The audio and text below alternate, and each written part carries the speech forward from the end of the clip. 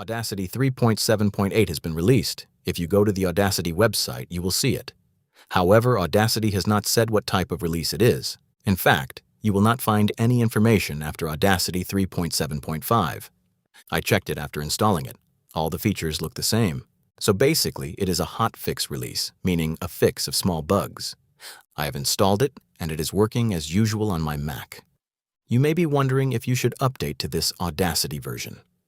The rule of thumb is never to update Audacity in the middle of a project. If you are working on a project now, complete that first with the Audacity version you have. Once that project is done and complete, upgrade Audacity when you have no active project.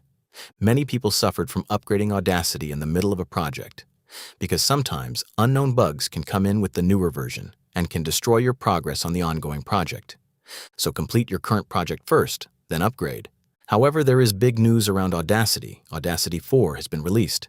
At the time of making this video, that is in Beta 2, but you can experience what changes Audacity 4 has brought.